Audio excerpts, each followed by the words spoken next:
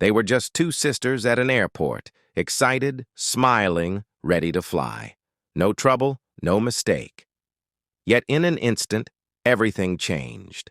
The boarding gate became a barrier, and their dream trip turned into a humiliating nightmare.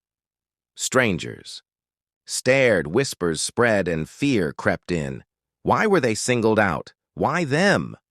What happened next didn't just stop a flight, it sent shockwaves through an entire airline.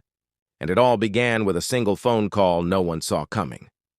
Amani and Zara were like any other 16-year-old twins, bright, full of energy, and inseparable. Born into a family that valued hard work over privilege, they'd grown up juggling school, sports, and weekend volunteering. Today was supposed to be different, a long-awaited trip to celebrate their achievements, a reward they'd earned, not been given. The airport buzzed with excitement, families hugging, children laughing, travelers rushing to make their gates. For the sisters, it felt like the start of something unforgettable. But beneath the ordinary hum of departure boards and rolling suitcases, something was off. A glance too long, a whisper that wasn't meant to be heard, a sudden shift in the air. They didn't notice, not yet. But soon they'd learn that some doors aren't closed by accident, and opening them can come at a cost. The twins approached, the gate, passports in hand, their laughter echoing off the terminal walls. They'd done everything right, arrived early, checked their bags, passed security without a hitch. But as they handed over their boarding passes, the agent's smile tightened, her eyes scanning them up and down. A quiet exchange with a supervisor. A shake of the head. And then the words no traveler wants to hear. You can't board this flight.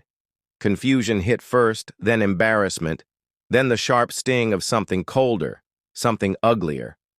Around them, passengers shuffled forward, trying not to stare, but staring anyway. No reason was given, no explanation offered. Just a hand raised to block them from stepping onto the jet bridge. The sisters' voices cracked as they asked why, their questions met with vague answers. Random checks, documentation issues, policy compliance. But they knew better. They'd flown before. Their papers were perfect. This wasn't about rules, this was about them. Minutes dragged like hours. The gate closed. The flight pushed back without them. Stranded in a crowded terminal, they felt the weight of every gaze, some pitying, some indifferent, a few hostile. Security arrived, not to help, but to intimidate. It wasn't just the humiliation of being stopped, it was the unspoken accusation. As if they'd done something wrong simply by existing, every attempt to reason hit a wall. Calls to the airline's desk went unanswered. A manager arrived, but instead of solutions, she delivered warnings. Stand back, calm down, or we'll call the police. The threat hung in the air, sharp and deliberate. Zara's hands shook as she tried to hold her phone steady. Amani's voice wavered, fighting back tears. They weren't angry yet, just scared. Scared of missing their trip, scared of what this meant, scared of being labeled a problem. And then, something inside them snapped. Fear gave way to resolve. They weren't just two teenagers at an airport anymore. They were two young women staring down an injustice too blatant to ignore. What happened next would turn an ordinary travel nightmare into a headline no airline could bury. Because this time, the girls weren't alone. And someone on the other end of a phone was about to answer, a call that would shake more than just this gate. The call went through.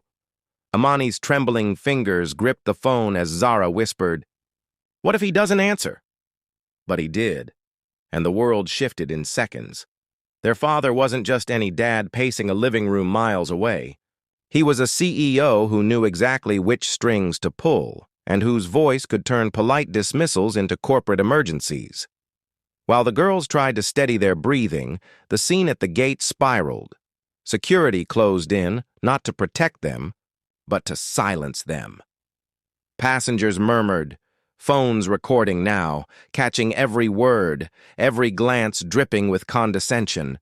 The agent repeated her warning, Calm down or you'll be removed from the terminal. But then the airline's chain of command lit up like wildfire. Calls pinged across departments, executives startled out of meetings. Someone at the airport manager's office looked at the screen, saw two black teenagers blocked from boarding with no justification, and felt the ground shift beneath them.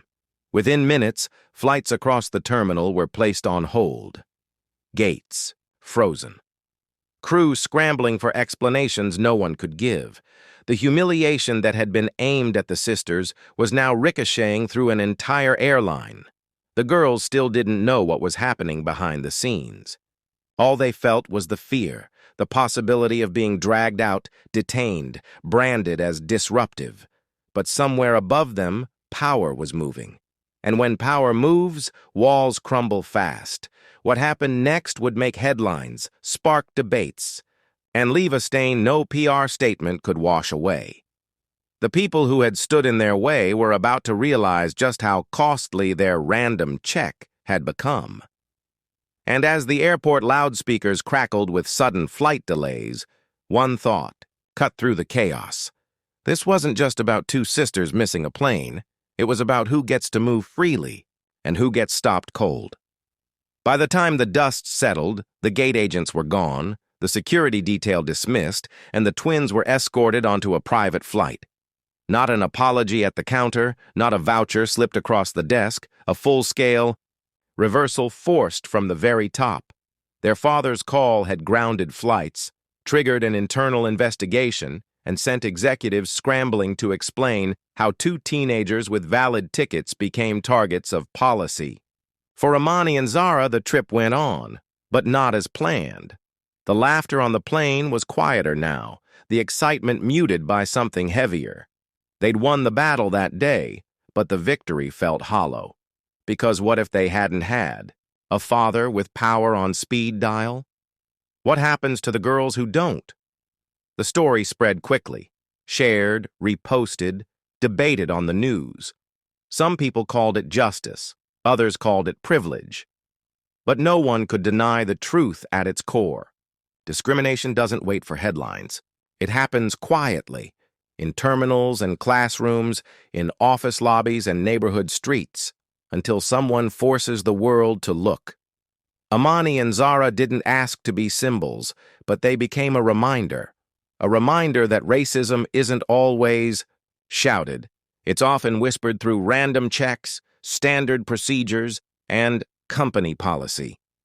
A reminder that dignity shouldn't depend on who you know. So the question lingers long after the flights took off again. How many doors are still being slammed shut when no one powerful is watching? And maybe the better question, when it's not two girls with a CEO on the line who will pick up the phone for them?